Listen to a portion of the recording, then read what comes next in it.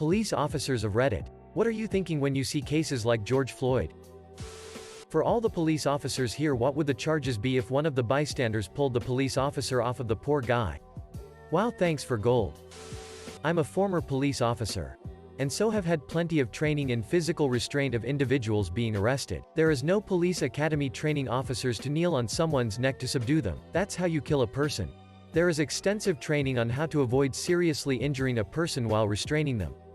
And I guarantee you every one of these officers was trained to never strike a person in the neck or choke them. The officer who killed him is very clearly liable for manslaughter at the very least, and I think the other officers who stood by have some accountability as well, because they knew damn well that was not how you handle a person, and should have stepped up.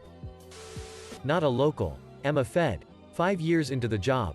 George Floyd was murdered and it's fucking disgusting. We're trained that anything involving the neck is a no-go and is considered deadly force. We were also trained that if you make an arrest in a prone position, you search and then immediately move them onto their side or a seated position because the risk of asphyxiation is so great. If a suspect says they can't breathe, believe them and take measures to correct it.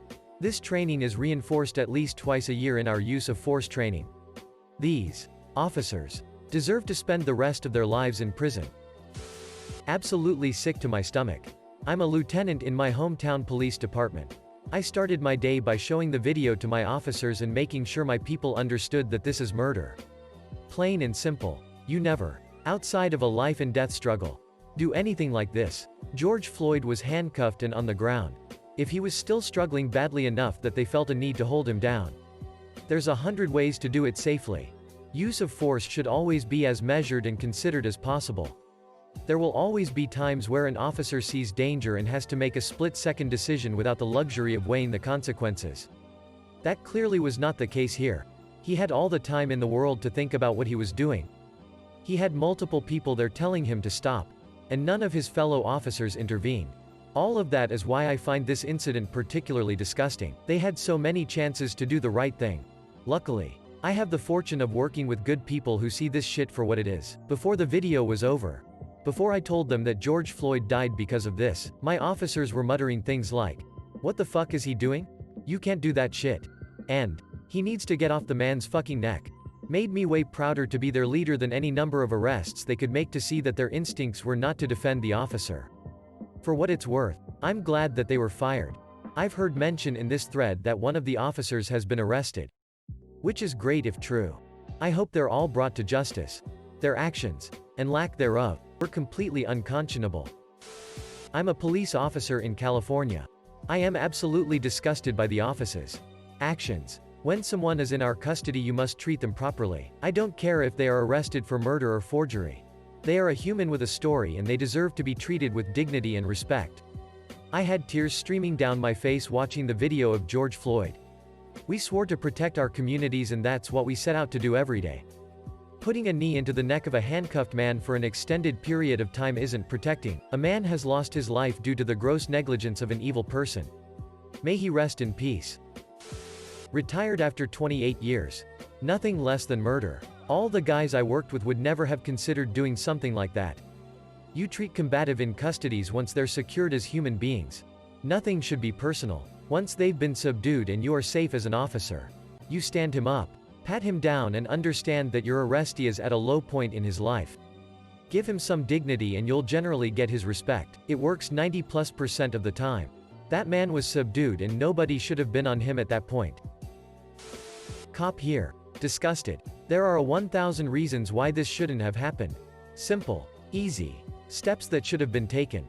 Lessons that policing has learned over the past 200 years and basic things taught in every academy. Make no mistake. This was murder. Maybe not premeditated murder, but nonetheless murder. I will be angry if those officers do not get indicted. I was a cop in the military. In the police academy, this was one of the things that taught us not to do, as it could crush the windpipe. The only time I was ever taught to use chokes and neck holds was in combat training for deployments, but when we got back we always had to attend retraining classes to relearn what we can do stateside. Sheriff's deputy here, and I must say that I am disgusted by the unnecessary loss of life. There are moments that make me regret what I do. And this is one of them. I've met my share of racists wearing a badge and I'm ready for a career change. The oath we take is to uphold the law and Constitution. So for the officers on scene there that could have stepped in and prevented this. Fuck you. One bad apple always ruins the bunch. Unfortunately. I pray for the George's family and that justice is served.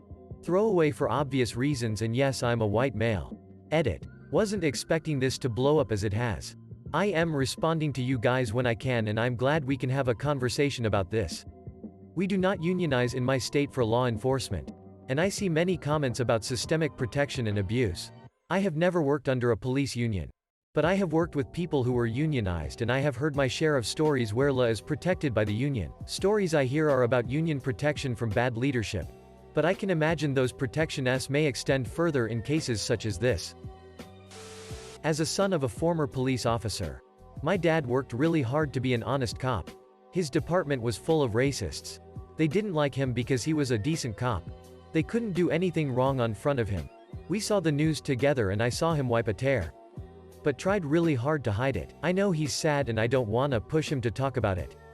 But we both know things like this is always gonna happen, and that is a really sad fact. I can't possibly understand why a human being would do something like this. Didn't the same happen in New York a few years ago with Eric Garner being put in a chokehold? I work for a U.S. federal bureau but am not a local police officer. All 4 cops need to go to jail. Derek Chauvin, the cop with the knee on George's neck, should have gone to jail long ago. The guy apparently has a history of doing this. This is his 3rd time in 15 years. Black people need to keep fighting, and white, Asian, Latino people need to support them. Justice for cases like this won't come easy. And it won't come soon. But if they keep fighting, I truly believe that one day, eventually, it will come. I used to be a police officer. It was fucking embarrassing going out the day after something like this happened. One of the reason I quit was because I had no pride in my job anymore, for the people doubting if I used to be a cop or not. This is the only proof I really have. In order to get the police officer flare on, you need to send the mods a pic of your police issued ID. Haven't been to that sub since before I quit, but here it is: https imager.com aduk2 knob. Retired. It disgusts me as the job is difficult enough as it is. Working mostly in sensitive neighborhoods, brutality like this makes it far more difficult. Since we're tapping into the police community here, can someone please explain what, if anything, the bystanders could have done to help George Floyd? Call 911 and report police brutality? In all seriousness, what is the preventative action here, since none of the police officers on the scene, 4 of which were physically restraining him, reacted to his being murdered right in front of them? Edit. Thank you for this link, ACLU. I'm adding it to my post because I think others will appreciate it and I don't want it to get lost. Edit. In summary, some of the options proposed are below. I apologize if I omitted, misrepresented, or oversimplified anything. The bystanders in this case did many of these things, and they were a voice for George when he couldn't speak for himself. 1. Always record the incident, live streaming if possible, and inform the police they are being recorded. 2. Involve other authorities when applicable, such as police supervisors, state police, 911. Ask for supervisor and an ambulance to report immediately. ACLU, FBI? Tell the officers on site that you are involving other authorities. 3. De-escalation. Back any crowd or bystanders away from the scene and officers. While still being able to record the incident, have one person, preferably a white person, attempt to approach the officer as a medical professional or voice of reason to explain that it appears that medical treatment may be required, and remind the officer that their best interests, career, family, reputation, etc., are to act responsibly. 4. Create a distraction that requires the officers to release the hold, not custody, of anyone in imminent medical danger. 5. Physically remove the threat imposed by the officer by force. This includes exercising your right to carry and discharge a gun.